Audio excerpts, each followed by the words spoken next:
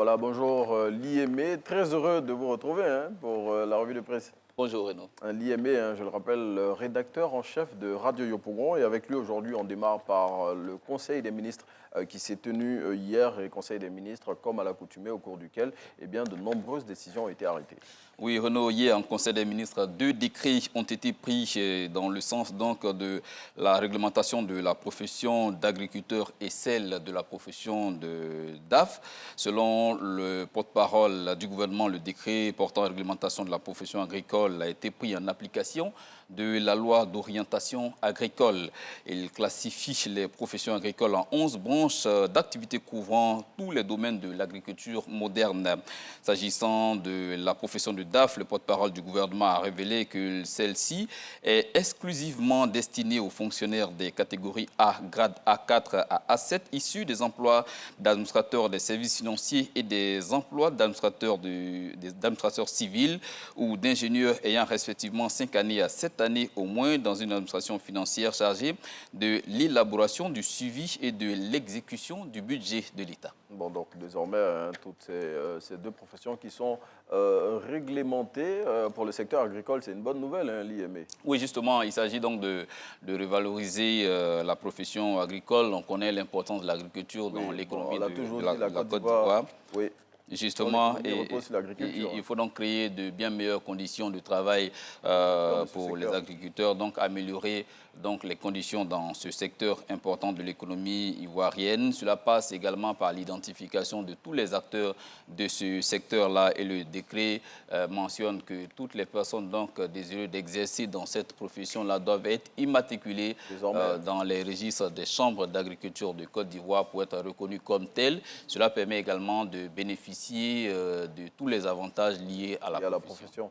En tout cas, très bonne nouvelle pour les agriculteurs qui vont progressivement, selon l'État ivoirien, sortir du secteur informel pour mieux les structurer, car, on le rappelle, l'économie de ce pays, on l'a toujours dit, repose sur l'agriculture. On parle du plan national de développement 2021-2025 dont la ministre Kabaniale a expliqué les grands enjeux. Hier, c'était au cours d'une rencontre avec l'Expression et c'est avec plutôt la presse et c'est l'Expression qui nous en parle. Justement, Renaud, le PND 2021-2025 va accélérer la transformation et l'industrialisation de la Côte d'Ivoire. Ces propos sont de Nialé Kaba, ministre du Plan et du Développement. Un groupe consultatif pour le financement de ce plan va se tenir le 15 juin prochain à l'Hôtel Ivoire. Cette rencontre va donner l'occasion à la Côte d'Ivoire de présenter aux partenaires sa vision et sa stratégie pour atteindre ses objectifs de développement et de croissance.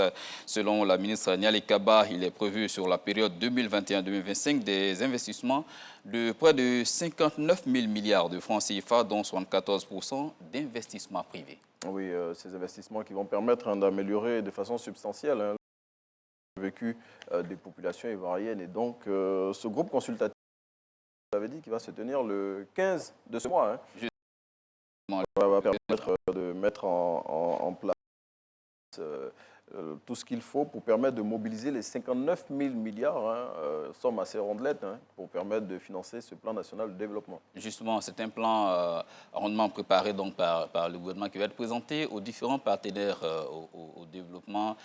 Il s'articule autour de 5 grands piliers qui vont permettre donc la restructuration de l'économie ivoirienne et c'est sur la base de ce plan-là donc Nialé Kaba compte inviter les partenaires au développement à venir donc investir en Côte d'Ivoire. En tout cas, investir en Côte d'Ivoire et c'est tout ce que l'on espérait bien. L'IME, le Fonds monétaire international, a une mission actuellement en Côte d'Ivoire et cette mission planche sur la question de la lutte contre le blanchiment des capitaux. Oui, Renaud, ouverture des travaux d'experts évaluateurs du FMI à Abidjan dans le cadre de la lutte contre le blanchiment des capitaux et le financement du terrorisme en Côte d'Ivoire, tu l'as dit, et dans le cadre donc du second cycle de l'évaluation mutuelle du dispositif de lutte contre le blanchiment d'argent et le financement du terrorisme de la Côte d'Ivoire. Une équipe d'experts évaluateurs du FMI est sur le sol ivoirien depuis le 5 juin dernier. L'ouverture de ces travaux a eu lieu mardi. Cette rencontre va permettre d'apprécier la capacité de notre pays à faire face au fléau que constitue le blanchiment des capitaux et le financement du terrorisme. En tout cas, vaste programme et on espère que ces travaux vont permettre en tout cas de gérer et de résoudre de façon conséquente ces deux questions. On s'intéresse à la saison des pluies et à l'opération Je quitte les zones à risque pour sauver ma vie qui a effectivement démarré. Les démolitions dans les zones à risque ont débuté. L'opération a démarré le mardi et certaines habitations situées au bord des ravins à Cloutiard dans la commune d'Abobo ont été démolies selon notre confrère du journal Le Patriote. Il s'agit ici de sauver des vies en cette saison des pluies selon le ministre Bouaké Fofana de l'hydraulique, de l'assainissement et de la salubrité. L'opération qui intervient après une longue période de sensibilisation a été baptisée pour sauver ma vie, je quitte les zones à risque. Voilà, et vraiment, c'est l'occasion, en tout cas, de rappeler ce message des autorités gouvernementales à travers cette opération. Pour sauver ma vie, je quitte les zones à risque. Bon, comme le disait M. Gilda Simi, que nous avons reçu ici la dernière fois dans Instant Vérité, pour en parler, c'est vrai que c'est déplorable de déplacer des familles comme ça, mais c'est pour leur sauver la vie que c'est fait. Autre sujet, l'IME, on s'intéresse au quotidien le matin, qui nous parle de ce qui s'est passé c'était le lundi à l'Assemblée nationale, l'élection du président de l'Assemblée nationale, le nouveau en tout cas, pour laquelle élection, le RHDP, le PDCI, le PPA Côte d'Ivoire, le FPI et l'UDPCI ont parlé d'une seule voix. Justement, les députés semblent avoir donc donné le ton de la réconciliation à travers cette élection et avec le consensus autour du candidat du RHDP lors de l'élection du président de l'Assemblée nationale, les députés ivoiriens ont donné un coup d'accélérateur au processus de réconciliation nationale enclenché dans notre pays.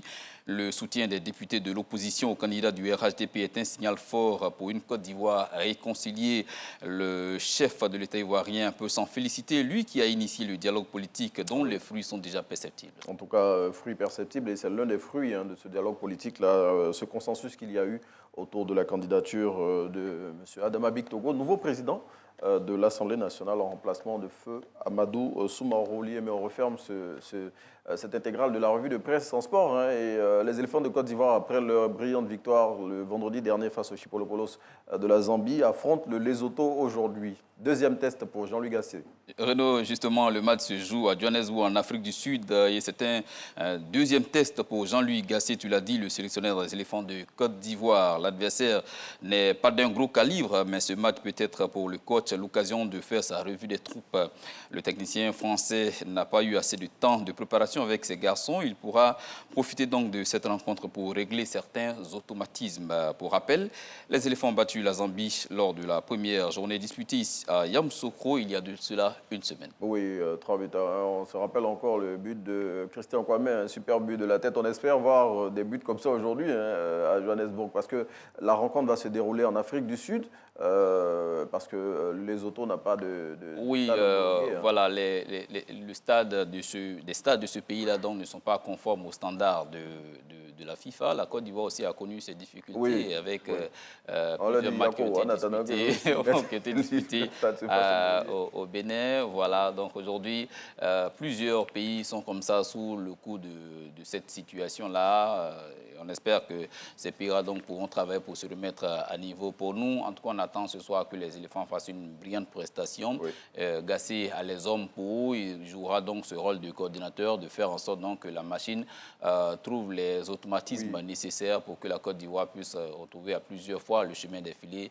Il y a l'effectif pour, il y a les hommes pour. Je pense que ce soir, la Côte d'Ivoire devrait pouvoir donc donner, les éléphants devraient pouvoir donner le sourire aux Ivoiriens. En tout cas, on attend tous de sourire ce soir. Début de la rencontre, 17h en temps universel. Et puis le coach pourra bénéficier de la présence de Faye Mers qui a rejoint le groupe voilà, en début de semaine. Et il va effectivement prendre part à ce voyage en Afrique du Sud. Le staff est complet désormais. Faye, on l'a dit, il arrive en tant qu'adjoint de Gasset, mais il aura également à charge la sélection à prime. Il fait déjà ses pas auprès donc, de cette sélection-là en compagnie de Jean-Louis Gasset en attendant donc les les prochains rassemblements avec l'équipe APRIM dont il aura exclusivement la charge. En tout cas, Faemers qui va apporter lui aussi sa grinta, on l'imagine, lui qui connaît bien cette sélection des éléphants de Côte d'Ivoire. Et donc, on souhaite encore bonne chance aux éléphants de Côte d'Ivoire et on attend un second résultat, même si, bon, on l'a dit, hein, ça ne compte pas véritablement ces victoires, mais on a besoin de gagner. Voilà, pour rassurer les troupes et surtout rassurer les Ivoiriens. Voilà. Combien de millions de sélectionneurs qu'on est en Côte d'Ivoire ici. Allez, Liamé, merci. Merci d'être venu partager les titres de l'actualité avec nous. Nous, on va vous faire voir maintenant un reportage qui nous est proposé par la direction de RTI, de la direction de l'information de RTI 1. C'est un reportage sur la déforestation intitulé « La recherche pour sauver l'agriculture ». On se retrouve juste derrière.